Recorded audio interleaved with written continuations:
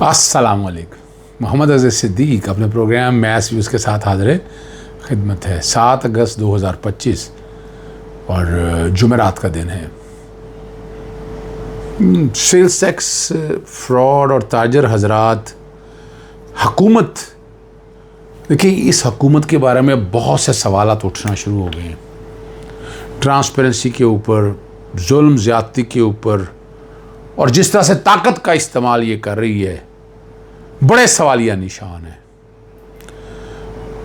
जो कहते थे उस्मान बुज़दार ने कुछ नहीं किया, उस्मान बुज़दार के मंसूबे यही हुकूमत लेकर चल रही है। और मैं पहले दिन से देखें, लोगों को बड़ा इख्तलाफ होगा उस्मान बुज़दार से, मुझे भी बहुत से चीज़ों पे इख्तलाफ था, लेकिन वो ज़रा शाय थे, कुछ चीज़ों के सामने नहीं आना चाहते, फ्रंट पे नहीं खेलना चाहते थे। बड़ी ज़्यादती थी इस सारे निज़ाम के अंदर। लेकिन उस्मान बुज़दार मरियम सफदर से 1000 गुना बेहतर था, शहबाज शरीफ से बेहतर था। यानी वो जनरल बाजवा को पसंद नहीं था, वो एक अलग बात है, चलें इस पर गुफ्तगू भी करते हैं। PTI की ख़वातीन और अदालतें खातून कार्ड को भी ना सामने रख के और किस तरह का रवैया अख्तियार किया जा रहा है अदालतों के अंदर, वो काबिल तकलीफ़ है।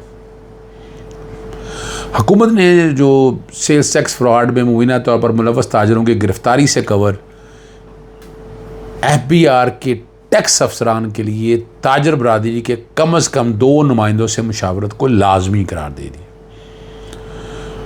अब कहा जा रहा है कि इससे गिरफ्तारी के इम्कान तकरीबन नामुमकिन बना दिया गया।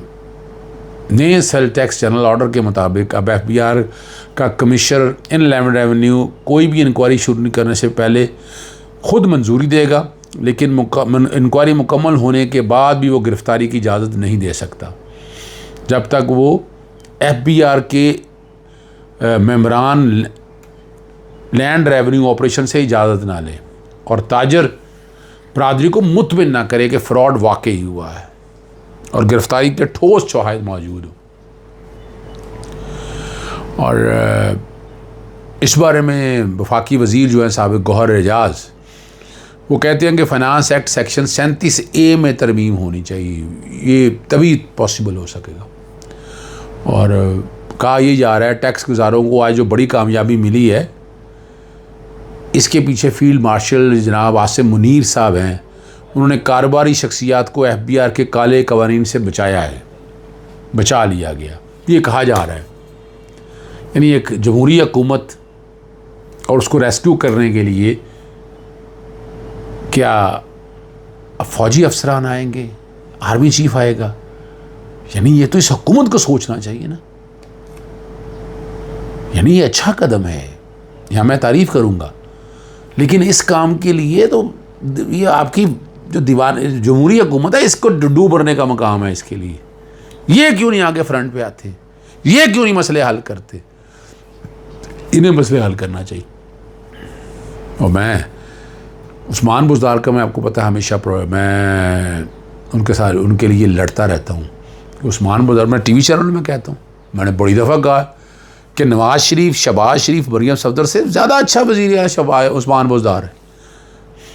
वो ज़रा लो प्रोफाइल था, शाय था, मीडिया शाय थे, मीडिया के सामने आते नहीं थे, लेकिन उससे बेहतर काम किए हैं और ऐसे ऐसे प्रोजेक्ट शुरू किए वही उसी के शुरू कॉपी पेस्ट करके मौजूदा हुकूमत उसको कॉपी पेस्ट कर रही और बता रही है कि जैसे उन्होंने बहुत काम किया। अब एक नहीं, इसमें बहुत से प्रोजेक्ट आ चुके हैं सामने, लातादाद आ चुके हैं और एक एक चीज़ सामने आ चुकी है, वजाहत के साथ आ चुकी है। ये भी हम आपको बता दें, ऐसा नहीं कि नहीं, ऐसा नहीं है, सारी चीज़ें आप सामने आ चुकी हैं और हर चीज़ रिकॉर्ड के ऊपर अवेलेबल, हर चीज़ रिकॉर्ड के ऊपर दस्तयाब है। ये भी हम बताते चलें आपको, ये भी समझना ज़रूरी है आपको।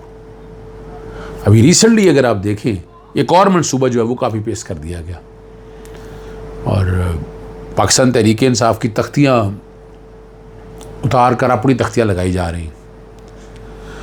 और जब वो तख्तियाँ लगा रही हैं तो लोग तो आराम से बैठते नहीं हैं, लोग तो माजी से उठा लाते हैं चीज़ें और सामने लाकर रख देते हैं। सरकारी अस्पताल और हेल्थ केयर सेंटर्स को अपने और नवाज शरीफ के नाम से या वालिद के नाम से मंसूख किया जा रहा था। कई दूसरे मंसूबों की तरह मरियम सफदर ने इलेक्ट्रिक ट्राम का मंसूबा भी कॉपी पेस्ट किया है। किसान कार्ड का इजरा भी बुज़दार हुकूमत में हुआ था। अक़लीती कमेटी, मज़दूर कार्ड भी उस्मान बुज़दार हुकूमत ने शुरू किए थे, जो मरियम सफ़दर ने अपने नाम से शुरू किए। तलबा के लिए इंटर्नशिप का इजरा उस्मान बुज़दार ने किया था, जो मरियम सफ़दर ने अपने नाम से दोबारा शुरू किया। अफोर्डेबल हाउसेस की बुनियाद भी उस्मान बुज़दार की हुकूमत में रखी गई थी। यानी बेसिकली इमरान खान साहब के ये आइडियाज़ थे, ये सारे जो रखे गए हैं। और मरियम सफ़दर ने मेरा घर मेरी छत के नाम से दोबारा लॉन्च किया। मज़दूर अफराद के लिए कार्ड, यार वो उस्मान बुज़दार, हमारा हाई कोर्ट का क्रेडिट जाता है उस वक्त सारा। और उसका नाम बदल करके हिम्मत और निगहबान कार्ड से बदल डाला। अब ये बात किया है, कैमरे और तारीफ़ का इतना शौक़ है, और वो कह रही हैं कि ये मेरा ऑपरेशन था, मैं मरियम नवाज़ को देखने आई हूँ। अब ये रहने दें, अब क्या मैं कहूँ। कल अपना घर, अपनी छत की तारीफ़ें कर रही थी, और वो भी उस्मान बुज़दार की हुकूमत ने मुकम्मल की हैं। इमरान खान के दौर के अंदर उस्मान बुज़दार पे लोगों को बहुत एतराज़ होगा। मैं नहीं एतराज़ करने वाला हूँ, हमें तो पढ़ाया कुछ गया, सिखाया कुछ गया। जनरल बाजवा को पसंद ना था या ऐसा था, भी वजह ये थी कि वो उस तरह से जनरल बाजवा की डायरेक्शन नहीं चल सकी। वरना तो हर एक को पता है कि वहाँ उस्मान मिठू क्या साबर मिठू क्या करता था। क्या पता नहीं है? आपको नहीं पता, आप लोगों को। हुकूमत ने 3 मराहिल में 24 सरकारी इदारों की निजकारी का फैसला किया है, और फाकी वज़ीर निजकारी अब्दुल अलीम खान ने तफसीलात कौमी असम्बली में पेश की हैं। और 1 साल 10, फिर 1 से 3 साल में 13 इदारों की निजकारी होगी। ये इदारे की निजकारी के लिए 3 से 5 साल का मरला होगा। अब्दुल अलीम खान साहब ने कौमी असम्बली में पेश की गई तफसीलात के मुताबिक मरहले में कौमी एयरलाइन की बात कर रहे हैं, रोज़वेल्ट होटल की बात कर रहे हैं, और ज़रूरी तरक्याती बैंक की निजकारी होगी। ये बातें हो रही। और पहले मरहले में आइस्को समेत 3 डिस्को की निजकारी भी की जाएगी। और उनका कहना है कि दूसरे मरहले में utility corporation, 4 gencos generation companies की बात हो रही है, और लेस्को समेत 6 डिस्कोस की, यानी जितनी डिस्ट्रीब्यूशन कंपनी है ये भी भेज देंगे, प्राइवेटाइज़ कर देंगे। इसका नुकसान क्या होना है या फ़ायदा क्या होना है, वो किसी वक्त और आपको सामने रख कर मैं बताऊँगा।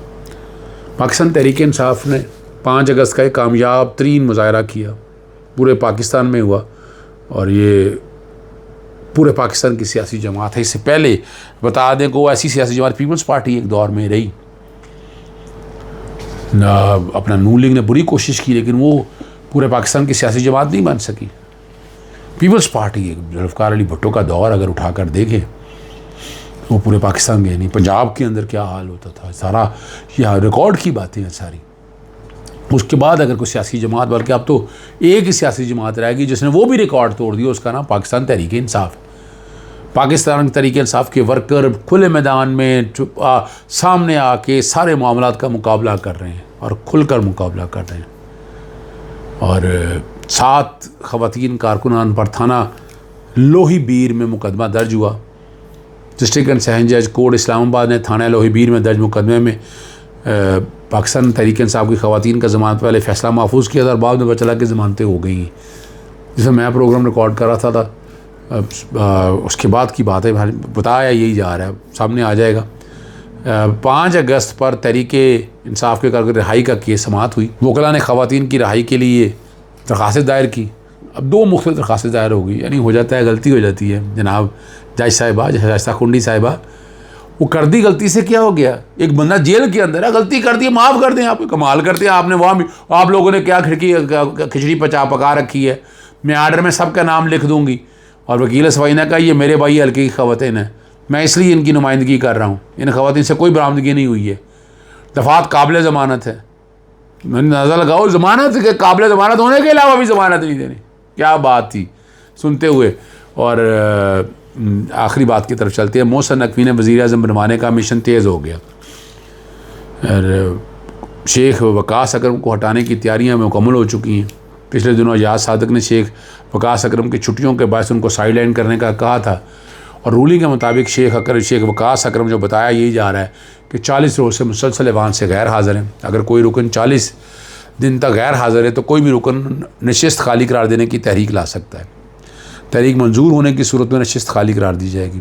इस तरह तो अगर देखा जाए तो नवाज शरीफ के बारे में बातें हो रही हैं, लेकिन तहरीक मुस्तरद कर दी जाएगी।